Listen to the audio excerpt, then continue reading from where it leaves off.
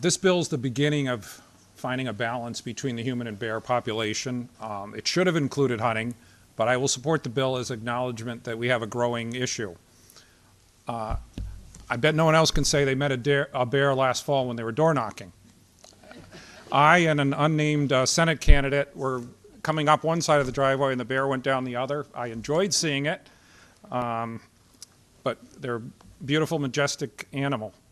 But last year I had a neighbor who had a bear outside her door every day for a week, and so that certainly interfered with her daily lifestyle.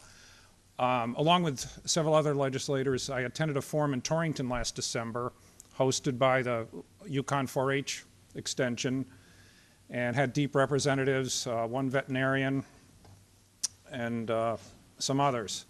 I learned that we drove the bears out of the state in the 1800s. I think a lot of land was deforested for farming.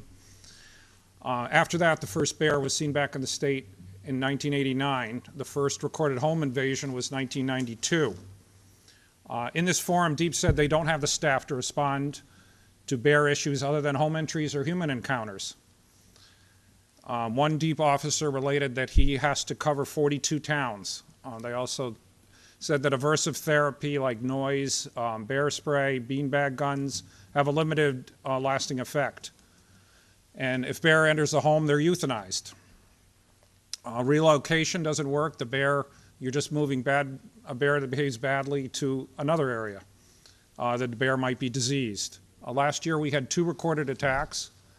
One, a woman in Torrington who required stitches. And then we had a predatory attack in Morris on a 10-year-old boy. The bear treated the boy as potential food. At that forum, the mother and grandmother of the boy were present. They said their family was subject to personal attacks on social media and in other ways, that people wanted to blame the 10-year-old boy for the attack. The Deep individuals present said it was not the kid's fault. If others were not present, that boy would have been killed. The current bear situation is not sustainable. 67 homes were entered last year. That is too many. Maine has 27,000 bears, and only 4 homes were entered. So we need to control the population through limited hunting.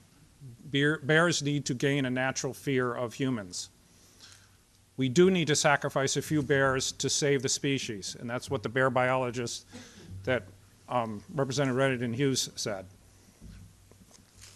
When I go on a local walk, I frequently bring a camera and carry bear spray.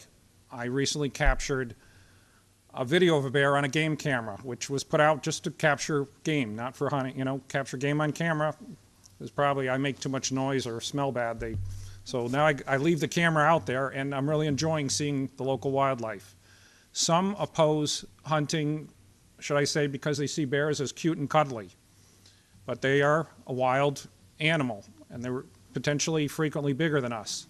Some oppose all hunting. They may be vegetarian and vegan, and I respect that.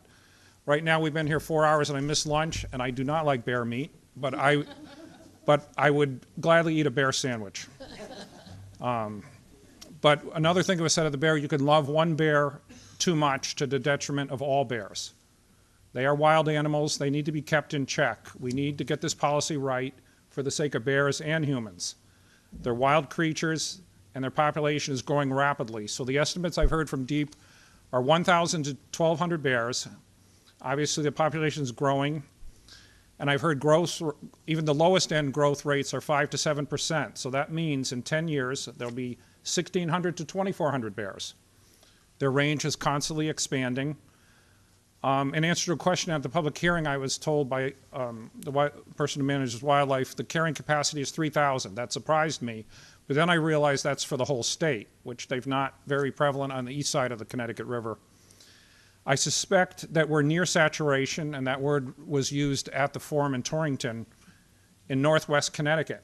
And I don't say the corner, northwest corner, I'm saying the northwest quadrant. The biggest amount of bear sightings are Farmington Valley.